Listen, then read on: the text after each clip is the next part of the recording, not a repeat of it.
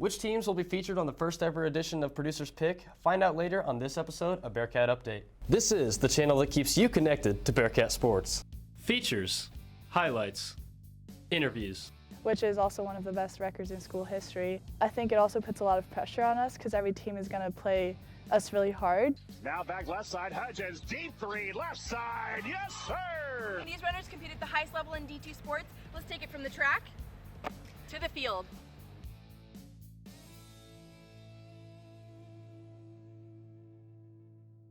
Hello, ladies and gentlemen. Welcome back to the longest running sports television show at Northwest Missouri State. I'm Brodie Wallace. And I'm Destiny Adams. In our field of work, it can be tough to reach the pinnacle of our industry. To become a world-class sports reporter or host, a person needs to put in countless hours of work outside of the classroom and sports coverage itself. For senior sports reporter Jon Walkers, his path to eventually becoming an NFL insider has been quite the journey. Yes, it has, Brodie. Aside from Jon being a reporter for Bearcat Sports, he is also a current sports editor for the Northwest Missourian and spent multiple semesters as one of us, a host for Bearcat Update. I was able to sit down with him this week to discuss his experience with Northwest student media and what his plans for after college are. I sat down with Jon Walkers, a senior sports media major who is known for his play-by-play Twitter posts for all things Northwest sports.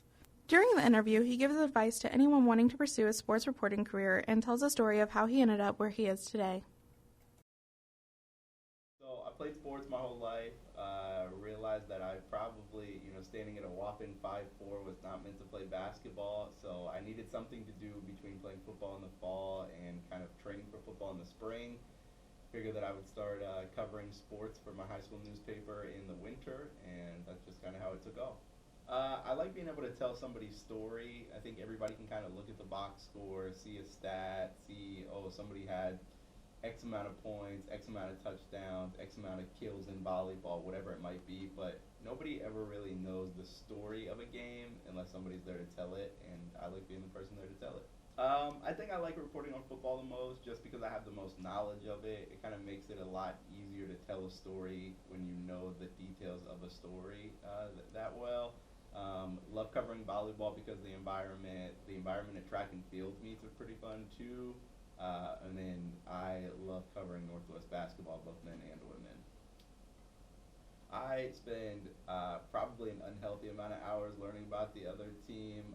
If there's film out there that I have access to, I will probably watch a decent amount of it just because I want to know what the other team does. I want to be able to talk about the other team as much as I talk about Northwest. So if I had to put a number on it, probably 10 hours or so a week, kind of 5 to 10 hours, depending on the week, learning about the other team. I think Twitter was just kind of the easiest way for me to realize that if I tweet something, people can see it instantly. A lot of people don't sit and refresh Facebook. A lot of people don't sit and refresh Instagram, but you go to Twitter or somebody's putting something out every few seconds. So it just kind of made it the easiest way for me to be able to put information out there quickly. So I came to Northwest with like 600 Twitter followers or something like that. I worked for KNWT and Bearcat Update my freshman year. Didn't have too many Twitter followers after that because I wasn't good at it. And then sophomore year kind of started to write for the Missourian, covered Northwest women's basketball, Maryville football, and then that's kind of when the ball started to roll in terms of my following, and it's just kind of gradually kept going up since then. Right now, I am at 1,925. So the goal is to 2,000 by the time I graduate in May. My dream job is to be an NFL insider for ESPN. The number one piece of advice I would give incoming freshmen or really just anybody else who wants to do what I do, take the path that I did, just do it. There's nothing in this department stopping you. There's nothing in this world stopping you. You get to watch sports for free and talk about them. You get to cover some of the best Division II programs in the country, and just do it. It's interesting to see the path that Jon has taken to prepare himself for a job outside of college. Good luck to Jon, as hopefully everything works out for him as he graduates from Northwest this spring. Hopefully we see Jon covering some potential pro Bearcat athletes in the near future, with some of the talent that is also graduating from the spring from Northwest. Speaking of professional athletes, Northwest has 7 Bearcats drafted into the NFL since 1959, with the most recent being defensive back Brandon Dixon in 2014. The Bearcats have a handful of athletes that have the potential to be drafted in this year's 2022 NFL Draft. Defensive back Dominique Shelton, wide receiver Caden Davis, and Imani Donadell, offensive tackle Tanner Owen, and defensive lineman Sam Roberts. Fill out the list for the players featured on the website, NFLDraftDiamonds.com. These athletes will continue to prepare for April's NFL Draft with the hopes of being drafted. I've seen some highlights of these guys on social media, and it looks like they have been having some great workouts with teams thus far, so hopefully it works out. With that, we're going to take a break, but when we come back, we will highlight the weekend for the Northwest Track and Field team at the Indoor Gorilla Classic. You're watching Bearcat Update on KNWT, Channel 8. We are KNWT, an award-winning media outlet making new shows every week just for you. In our pursuit to bring you the highest quality content, we have been ranked among the top college television stations in the United States. Our work has been recognized and awarded by the College Media Association Pinnacle Awards and the Missouri Broadcasters Education Association. To check out these winning episodes and more, you can find us on YouTube at KNWT Channel 8. On This Week at Gen 2, we see the release of a new installment in a long-running fighting series and a continuation in the Horizon series in a far future post-apocalyptic world. We also have some awesome gaming packs for you to watch. Subscribe and turn on notifications to catch future episodes of Gen 2.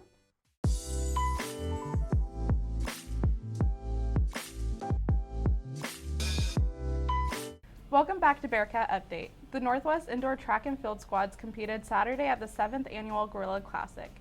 The headline for the Bearcats this weekend was Luceri's Toledo, as she won the women's 400-meter title with a time of 54:73. The time recorded was the second fastest time in school's history in the indoor 400. Her clocking of 54:73 ranks as the third best time in the women's 400 this season. Earlier this season, Toledo ran a personal best of 55:63.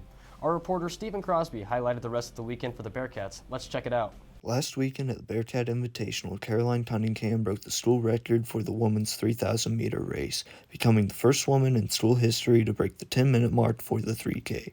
I was able to talk to her about her thoughts during this achievement. What are your thoughts before each race, and how do you prepare mentally for each race? Yeah, so each race kind of has the same rhythm for me, so I look ahead at when I'm going to race and I kind of eat the same and I get ready the same way as far as when I jog, when I change into my uniform, when I check in.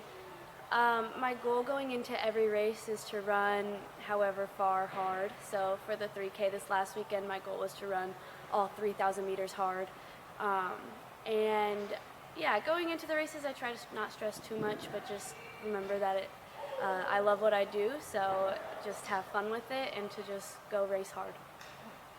What were your thoughts whenever you found out that you broke the school record for the 3K? Yeah, I knew, when I saw my time, I knew I was going to break the school record. It's been a goal of mine for the last 3 years.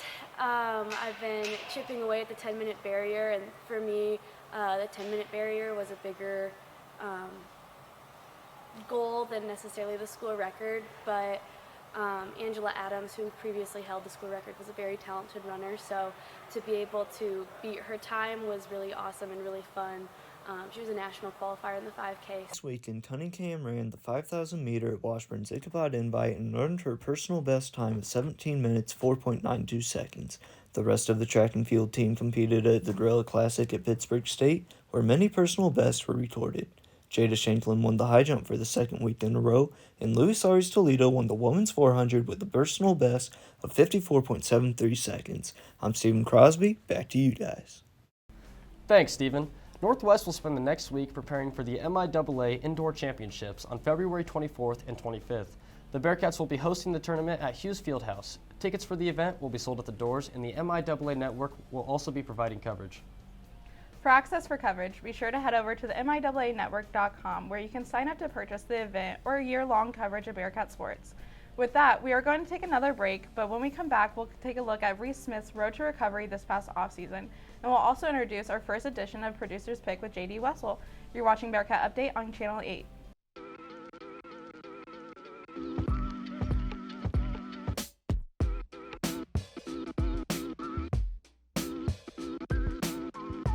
Welcome back to Season 10 of Nerd Central. I'm I'm your host, Emma Bjork, and we have an amazing season in store for you. These two also have a little bit of a glare on them. Adjust the cameras. Welcome back to Channel 8 News. We've got some news stories here for the spring 2022 semester, but first let's kick it to Bearcat Update with Brodie. Welcome back to Bearcat Update. This week we're going to be looking at some Bearcat basketball.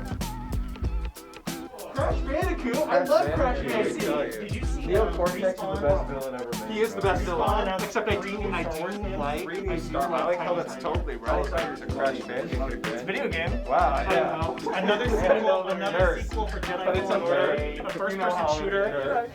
Welcome to Beat Saber. Awesome.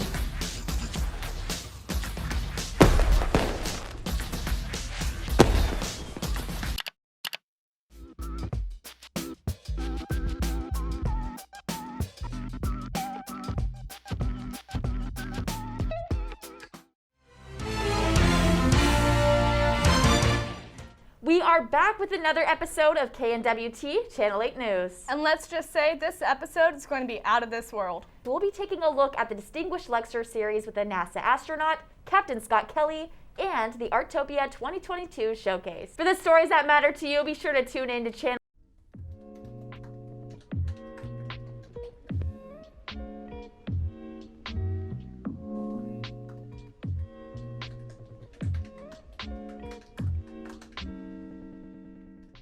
Welcome back to Bearcat Update. The Northwest track and field team, much like any other sports team, has unfortunately had to deal with injuries this season. Redshirt freshman Reese Smith was one of those athletes that had to deal with an injury coming into the season. Reese's injury had many obstacles along the way to recovery for this season, and I talked to him about the recovery process and how the season has been upon returning with the team. Reese is a sophomore for the Northwest Indoor Track and Field team. He has done a lot for the Bearcats in his time here, getting many first-place titles in events such as the 3,000-meter run, the mile, and the distance medley relay. These wins have not come easy, though, as Reese is coming off an injury he got in late July. As this was some difficult news to receive, Reese has given some insight on what was going through his head when he found out. I had this pain in my right quad. I thought it was just quad fatigue. It turns out it ended up being a femoral stress reaction, so it's basically the precursor to a stress fracture if you keep training on it. So we had to shut down the season, basically. Cross country ended for me before it started, really. The 12-week-long recovery process was a long one for him. Because of the type of injury, there was not much to do for rehab. There was only one thing that could heal him, and that was time. This was a difficult couple weeks for the runner. It was really devastating because it was a letdown for me and the team. The team really needed me this year, and it sucked because our whole team, it felt like we all got injured, if that makes sense. We all knew some of our goals had to change, when I went down, and it was just frustrating because I'd come off a really good track season, so I was looking to just continue to storm roll with what had been going good, and then it was kind of a reality check. And that was tough because it was I train all the time, and so it's going from training 70 miles a week to just doing nothing and not being able to do any type of exercise, and watching your teammates compete hard in practice, it's tough to do. Despite those difficulties, Reese has shined since his return, claiming 4 first-place medals in his last 3 meets. It's rewarding. I just ran 2 seconds off my personal best last weekend in the 3K, so it's kind of just a sigh of relief, I guess, to realize I'm back to where I was and where I want to be. I'm not too far behind. With this early success, he tells us what his goals are going into the rest of the season.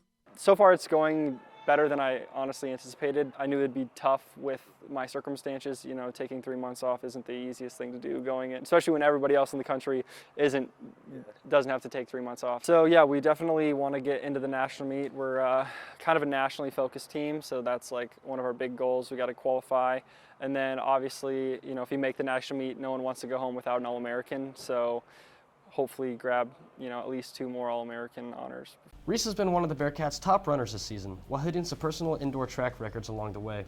Reese has had a 1:52.05 800, an 8:10.65 3K, and a 4:08 44 mile. Reese looks to break those records in the coming weeks as the indoor season wraps up.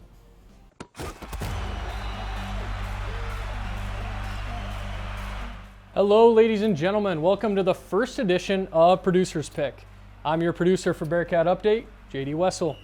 This week, keep an eye out for both men's and women's basketball teams as they look to continue to put themselves in position for a run in the MIAA and NCAA tournament this coming March.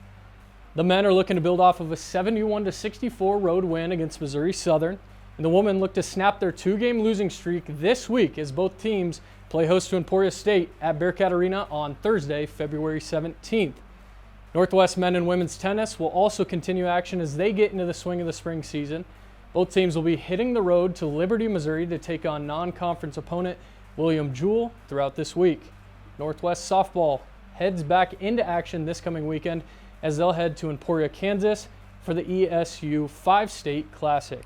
Be sure to stay up to date with stats and interviews and final scores by following our social media at BearcatUpdate_8 or through BearcatSports.com. I'm JD Wessel with Producer's Pick.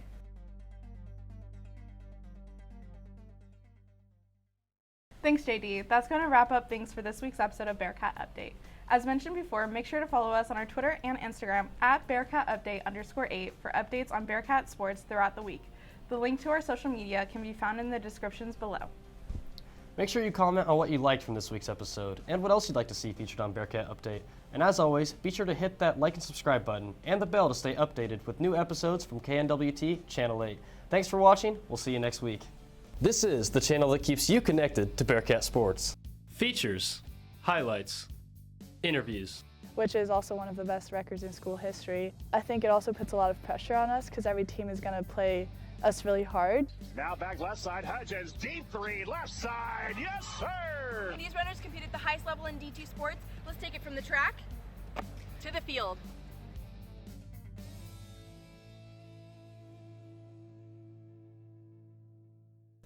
Thank you for watching Bearcat Update Week 2. If you missed last week's video, be sure to click here.